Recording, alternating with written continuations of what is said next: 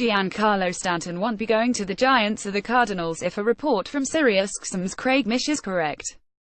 That's because of Stanton's no-trade clause, which he is reportedly going to enforce unless he can be dealt to the Dodgers, Yankees, Cubs, or Astros. There are difficulties in a deal being made with any of those four teams. The Yankees and Dodgers are trying to get under the luxury tax in 2018 to reset their penalties. Consecutive years over the threshold results in stiffer penalties, and for a team like the Dodgers, which routinely blew past the soft cap, there are even harsher taxes and the threat of receiving later picks in next season's draft.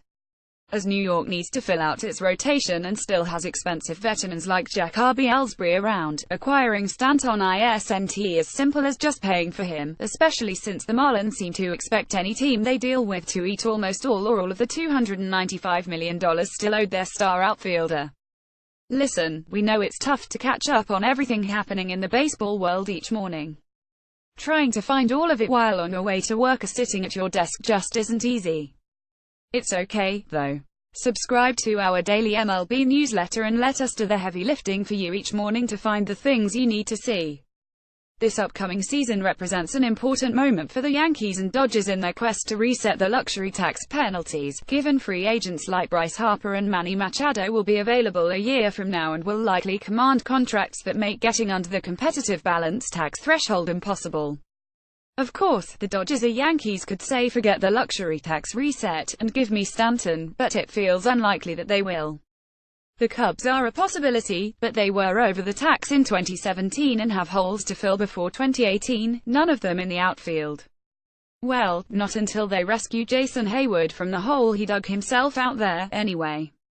That leaves the Astros, who just won a World Series without Stanton and have a bit of a habit of being cheap when they can get away with it and like to pretend Houston isn't one of the largest markets in the country. They could change that for Stanton, but again, they won a World Series without him, so it feels unlikely. Someone has to acquire Stanton, though, yeah?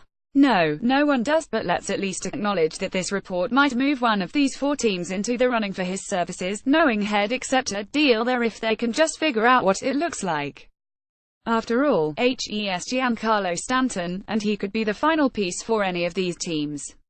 Eric Hosmer is fine. He's fine. He's also probably going to get more money than whatever team that signs him will be comfortable with.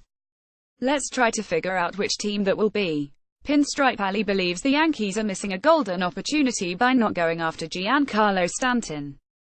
Now's their chance to change that. The Giants need a backup plan now that Stanton seems to be rejecting them, and Grant Brisbee can't believe it's J.D. Martinez. The Marlins did make a deal on Thursday, sending D. Gordon to the Mariners. That cuts about $10 million from their projected 2018 payroll, so they only have, like, $60 million more or so to cut.